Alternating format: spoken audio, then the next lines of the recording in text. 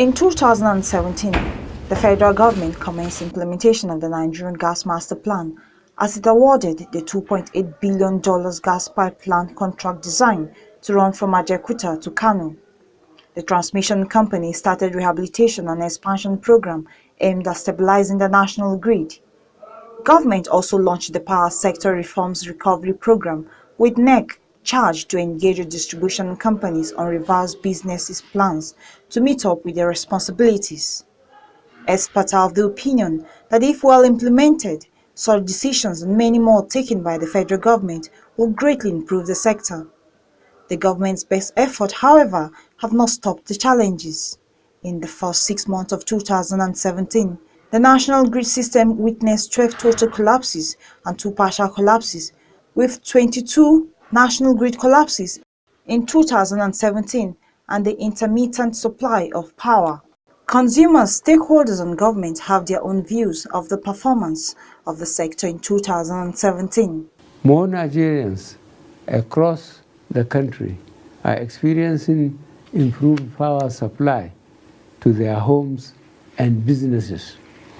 However, power remains a concern to this government because too many people still do not have a regular and reliable supply.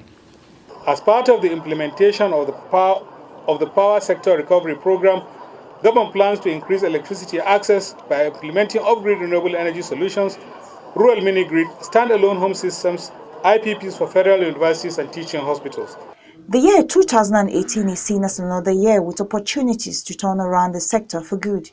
Even though the year started with a system failure due to fire incidences at Escavos and transmission line tripping at Udupani, the Minister of Power and his team look set to take on the challenges of 2018. So federal government has approved through council today a policy of investment where federal government has a 40% shareholder and the discos as 60% shareholder will be compelled to make additional investment. Major challenges we have is how the privatization program was packaged, was conceived, and was implemented. We hope that government will this year be able to address all of that because it's a bottleneck space. Projections for 2018 include increased whaling capacity of the national grid, more generation and distribution infrastructure, enumeration of consumers, improved transmission capacity, increased diversification of electricity sources, and customer satisfaction through steady supply and access to meters. In 2018, we are making efforts to add incremental power from renewable energy sources such as the Katsina Wind Farm 10 megawatts, Gurara 30 megawatts, Dadinkowa 29 megawatts, and Kashimbila 40 megawatts.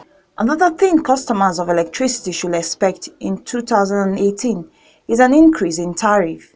The federal government and stakeholders must find a way of settling debt owed the different companies without having to resort to intervention or going cap in hand to foreign donors for help. If Nigeria's power sector stabilizes, there are about 170 million population, amongst whom are manufacturers and business owners, including managers of the power generating and distribution companies, will benefit from the development. Mwesi Igono, AIT News, Abuja.